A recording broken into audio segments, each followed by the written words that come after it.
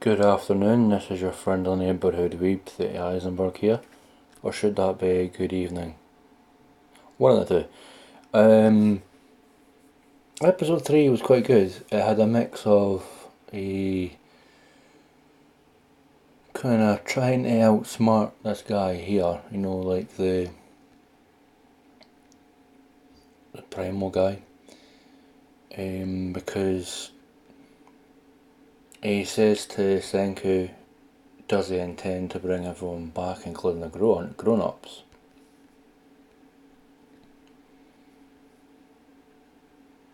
And Taiju does the stupid thing, and he basically runs up to the pair of them on the beach, saying, "Oh look, we've we've got a big jug now of the vital liquid that we need to revive everyone." And Senju's like, "Why?" Made a funny face, and he's like, "Why did you tell him that?" Obviously because he's overexcited now because they can now revive the lassie that he fancy, that he likes, Eurizia. I may pronounce these names wrong. Sorry, it's just a Scotsman trying to pronounce Japanese names. It will get funny. So basically, Senju is like, well, we could basically stand around and talk about it, or we can show you. And he's like, well, time to enjoy the Humanity Revival Show.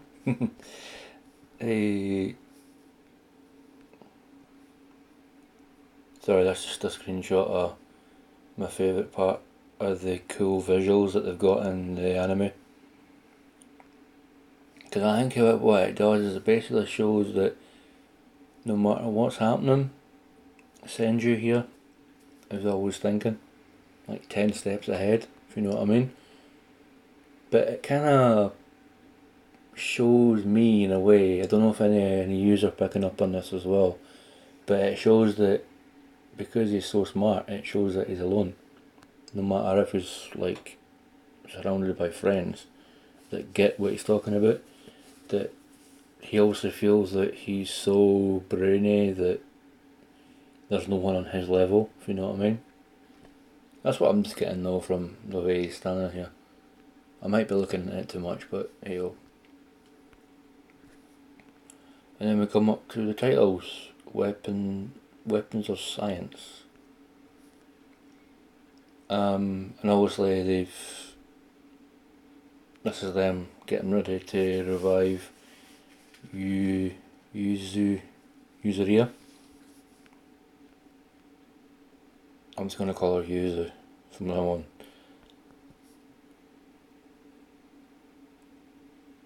So basically, he's like, we're going to save you this time for real. I'm like, okay, fair enough. Just bear with me a second. I'll get to the next one. So basically, they choose to revive her when the jungle man decides to run off and find the source of the revival fluid. And they're basically saying if he learns where the source of the revival fluid is,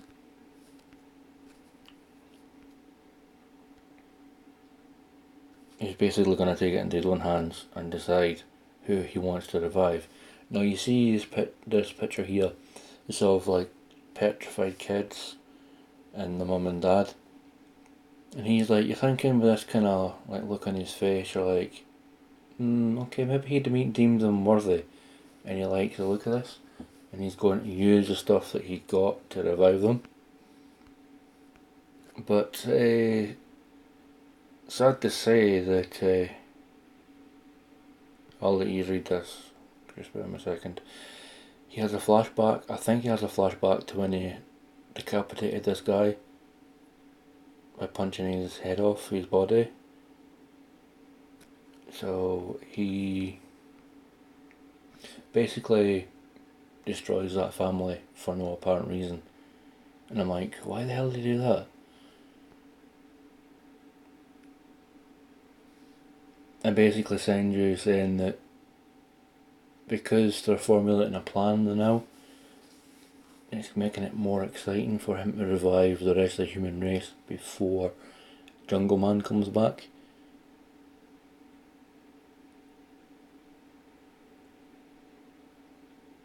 Here's another wee screenshot.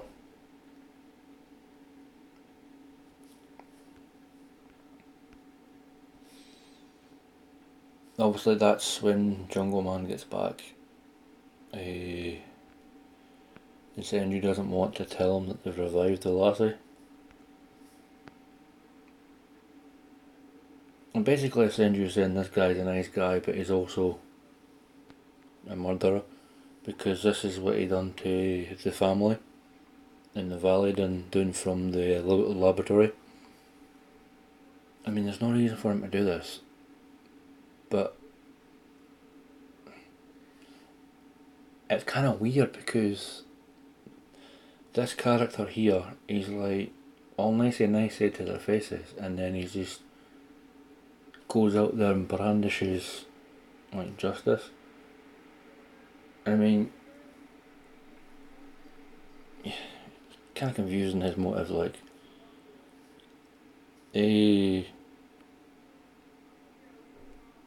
So this is when they go. I've infiltrated the theater. This is when they go to revive Yuzu, and he accidentally uses too much because he's that desperate to revive her. I told you we were in a hurry, you big oaf.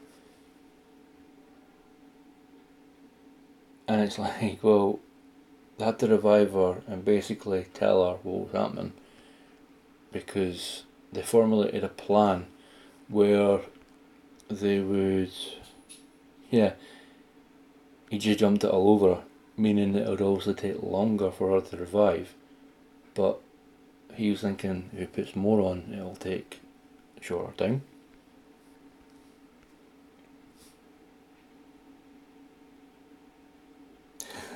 Couldn't you be a bit more like, So this is, they're wondering why it's taken so long for her to come out of the stone. And obviously she eventually does, as you can see, because it starts to kind of break away from like her face and her hair and that. This here happens when Senju is explaining to Taiju about the process.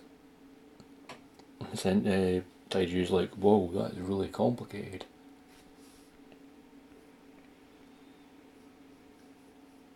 So obviously, a great moment where she finally comes out of the stone, and Taiju's immediately there to grab her and catch her, all romantic like.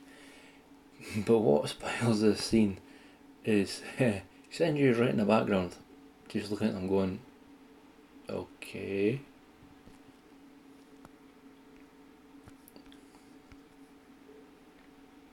This is what happened with the fight between the jungle guy and our heroes, because they were like in a hurry to get away from him because of what Senju said he was. What was it again?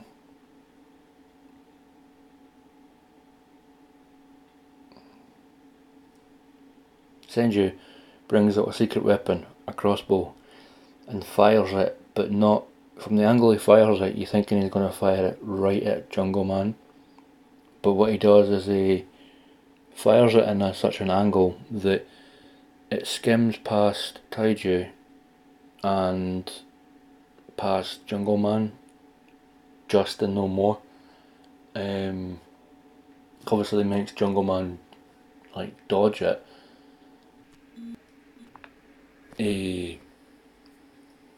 Taiju's kind of like, immediately, like, ultra instinct, boom, like, reaction time. Kind of blocks the Jungle Man's kick or punch with one hand, which is pretty cool.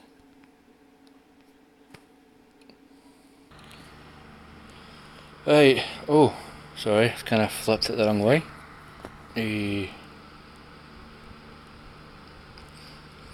Now, Taiju wants to go after Jungle Man, but he can't because they formulate a plan that they're gonna wreck a little bit of the laboratory to cover the trail to get away from him.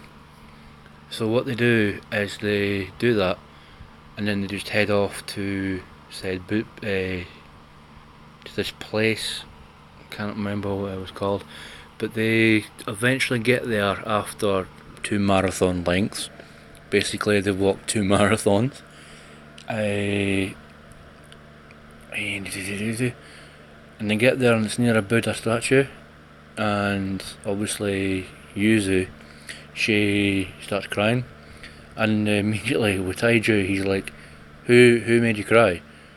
Is it or is it me? And she's like, no, I'm crying because I remember mum and my dad, and I'm just remembering that we're in Japan, because you remember like the Buddha statue. And then Senji is like, oh, and he realises it's of a material that he needs, and he goes, oh brilliant, I can update my stuff. Like kinda from stone to bronze, because they're using the bronze from the statue. And basically Taiju's like, you Senju, you ungrateful, not a very nice word, defacing a statue. I still don't actually know if you actually got any of the stuff off the statue. This is obviously when I'll just turn it back round. This is when they manage to get to where they're going, which is before which they go past to find what they need, because they're saying that he wants to. Senju says that he wants to. Obviously, this is the statue we're talking about, and obviously they give kind of a map location, 139 degrees, 32 minutes east. Oh, be a second. I'll need to have a coffee after this review.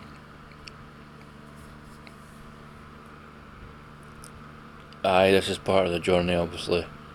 That giant's body actually struggling for once, huh? Right, this is near the end of the episode. This happens when, say, Senju wants to accelerate their progress, his small group's progress from the Stone Age to the Bronze Age, I think, or skipping a couple of ages so they can make gunpowder to stop this guy. And I mean, he's saying that, or sorry, not Senju, Senku is making weapons of science to fight against me, and he's realising that if he makes weapons, this guy here can't stop him.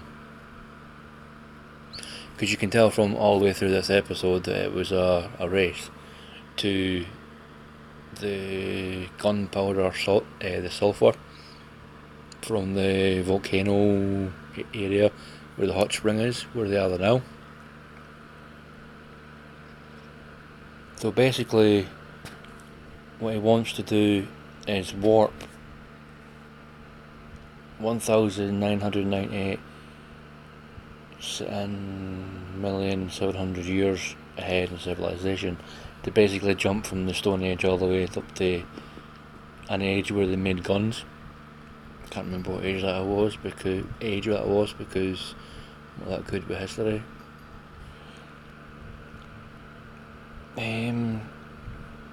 So basically, he finally reveals why they've been in a hurry. Because he wants to make their anti-Suka weapon, basically that's the Jungle Man's actual name, the anti-weapon gun, black powder. And I think that's quite good, because that's a good name for the weapon of science they're going to make. But then again, if our heroes make a weapon of science, is that not technically putting dynamite in someone's hand? Like a live grenade in someone's hand? Because Family Guy came up with this kind of thing as well, this kind of dilemma, where there's like, if you make guns and that, they'll cause more trouble than actual like protecting. You know, like they'll cause more problems than they solve. But then again, it's self-defense, because Senku and his group, he's gonna have to find a way to like protect them from Suka. Because as you can, I don't know if I got a picture of him and what he was doing. No, but oh god, the look of him. He went down. He was like crouched down, and he was like, "I need to find Senku and stop him from making a weapon of science, because then there'll be no way I can stop him." And he's like crouched down, and his ponytails are right up behind him, like like the nine-tailed fox from Naruto, like full rage mode. And I'm like, you're getting a little bit over your head, and a little bit too angry that Senku wants to do his own thing with his group, rather than what you want to do, Mr. Jungle Man. But anyway, yeah, this here is going to be the thumbnail, and yeah, I'll just kind of bring you along to the title for the next episode, which is going to be episode 4, Fire the Smoke Signal. So I've no idea what that one's going to be about, episode 4, but yeah, Weapons of Science, episode 3, was kind of like a race, basically, to get away from Jungle Man. Also play mind games with them, because that's what Dr. Stone was doing. He basically sent the guy to the source of this liquid so that they could formulate a plan to get away from him, because Senku is obviously smart and wanting to get his group away from someone potentially dangerous. And yeah, Jungle Man has made a point of showing that he was. He damn looks like a JoJo villain, I tell you. Jeez. But anyway, that's been my review of episode 3. Sorry it was late, guys and girls. And I'll see you in episode 4. Hopefully for another exciting episode. Good night and God bless. Oh, and before you go, if you want to see more of these videos from me, click on the subscribe button to become a member of the Theta Waves, and so I can give you a little wave as well every time you kind of view my videos and comment. Like the video because it really helps, and click on the notification bell so that you know whenever I upload a video. Okay, thank you, and good night, good morning, and God bless.